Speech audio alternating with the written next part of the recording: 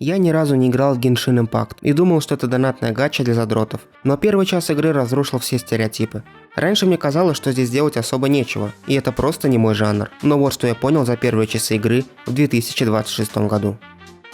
Раньше я в основном играл в шутеры, но решил попробовать что-то другое, и эта игра неожиданно мне понравилась. Сейчас расскажу почему. Первое, что сразу зацепило, это графика. Она не пытается быть фотореалистичной, а наоборот, мультяшный стиль, красивые закаты и анимешные персонажи. Все выглядит чисто и понятно, без визуального шума. Именно стиль стал тем крючком, из-за которого мне захотелось зайти в этот мир. В такие игры хочется играть неспешно, просто бегать по локациям, смотреть по сторонам и наслаждаться картинкой. Эффект вау особенно заметен в первые часы. Пейзажи, свет, эффекты, смена дня и ночи работают на атмосферу. Иногда я ловлю себя на том, что просто останавливаюсь и осматриваюсь вокруг. Но есть и минус, не хватает русской озвучки. Я говорю по-русски, и воспринимать драматичные сцены на английском или японском сложнее. Субтитры помогают, но в эмоциональные моменты они выбиваются из погружения. Хотелось бы, чтобы такой красивый мир еще и звучал на родном языке. Сначала мир показался мне небольшим. Казалось, все рядом и разгуляться особо негде. Но стоило открыть пару статуй Архонта, как начало раскрываться много нового. Локации, новые неизведанные территории и другое. Позже я посмотрел на карту целиком, в интернете, и понял, что представление о маленькой карте было ошибочно. Масштаб действительно впечатляет, особенно учитывая, сколько там спрятано мелочей и секретов. Контента для новичка с избытком. Квесты, события, исследования, сундуки, испытания – все это идет одно за другим. По ощущениям, этого хватит не на десятки, а на сотни часов игры, если играть не торопясь. И также был еще один режим, который я вообще не ожидал увидеть. Скоро я про него расскажу.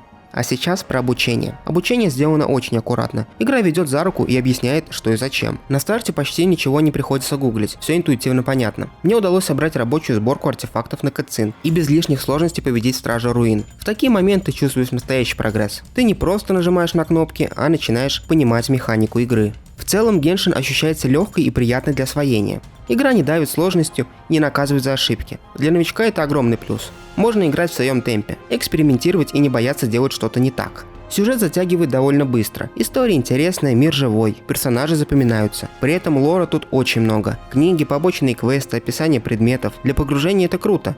Но новичку может быть тяжело ориентироваться среди всей этой информации. Легко запутаться, если пытаться охватить все сразу. Отдельно хочу сказать про Астрал. Это один из самых интересных элементов, который я вообще не ожидал увидеть в Genshin. Я зашел туда просто из любопытства. И залип гораздо дольше, чем планировал. Сейчас Астрал выглядит как экспериментальный или творческий режим. Что-то вроде Fortnite Creative или Roblox. Но внутри мира Genshin. Там игроки могут попробовать разные активности, мини-игры или режимы, которые не связаны напрямую с основным сюжетом. Это отличный способ отвлечься и сменить темп. И еще один интересный момент. В Астрале есть косметическая система с манекеном. Это не просто декорации. Ты можешь настраивать внешний вид манекена с помощью различных косметических предметов. Эти косметические предметы бывают разного типа. Топы, платья, очки, аксессуары и даже полноценные сетовые образы. Ну а теперь кратко о гаче. Перед каждой круткой есть легкое напряжение. Ты думаешь, стоит ли тратить ресурсы сейчас или лучше подождать? Даже когда выпадает 4-звездочный персонаж, это все равно ощущается как маленькая победа. Пока мне не выпало ни одного 5-звездочного персонажа, катсцен мне дали, кстати, бесплатно. А также выпал 4-звездочный Иансан. Тем не менее, сама система работает, она подогревает интерес, дает цель, к которой действительно хочется стремиться, и заставляет возвращаться в игру каждый день. С точки зрения мотивации реализовано очень даже грамотно.